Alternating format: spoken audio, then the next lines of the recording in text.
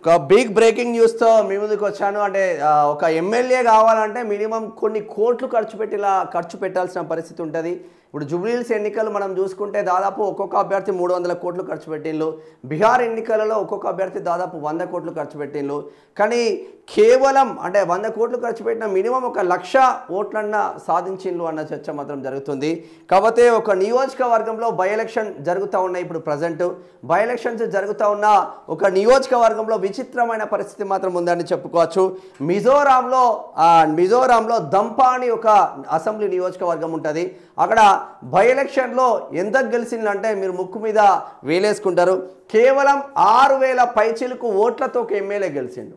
కేవలం 6,000 పైచిలకు అంటే మన ఊర్లలో ఒక జడ్పీటీసీతో ఈక్వల్ కూడా కాని పరిస్థితి మాత్రం ఉంది అని చెప్పుకోవచ్చు. మేజర్ గ్రామ పంచాయతీలనే 7,000-8,000 12,000 ఓట్లు ఉంటున్నాయి. ఒక మేజర్ గ్రామ పంచాయతీతో కూడా ఈక్వల్ కాని పరిస్థితిలో మిజోరాం అసెంబ్లీ నియోజకవర్గాలు ఉన్నాయంటే అతిశయోక్తి కాదు.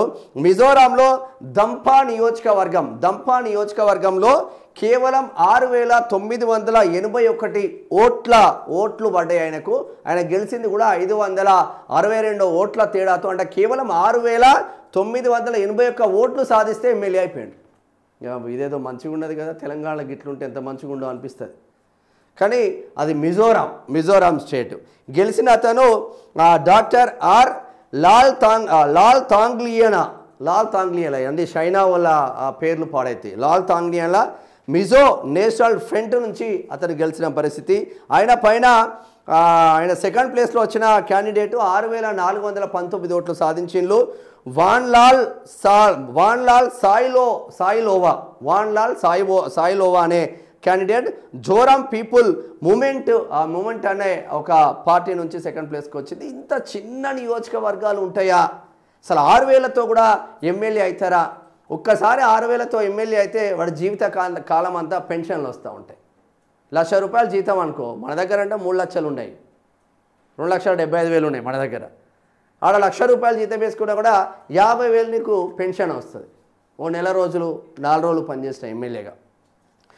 ఇది అఫీషియల్గా చూద్దాం ఒకసారి. ఇదే బై ఎలక్షన్కు సంబంధించింది. 5 రౌండ్లలో కంప్లీట్ అయినాయి. బై ఎలక్షన్స్ దంపా నియోజకవర్గం మిజోరాం స్టేట్. ఇక్కడ Mizoram state.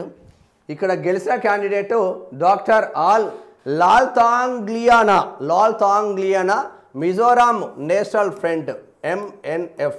Mizoram National Front 6,984 ఓట్ల తేడాతోనే ఓట్లు సాధించి ఎమ్మెల్యేగా గెలిచిండు. 6,981 ఓట్లు సాధించి ఎమ్మెల్యే అయింది.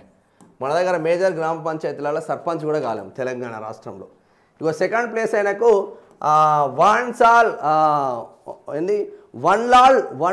వన్లాల్ సాయిలోవా జోరాం పీపుల్ మూమెంట్ నుంచి 6,419 ఓట్లు సాధించారు. ఇక రిమైనింగ్ వాళ్ళందరూ 1,500 2,000 పరిస్థితి మాత్రం ఉన్నాయని చెప్పుకోవచ్చు.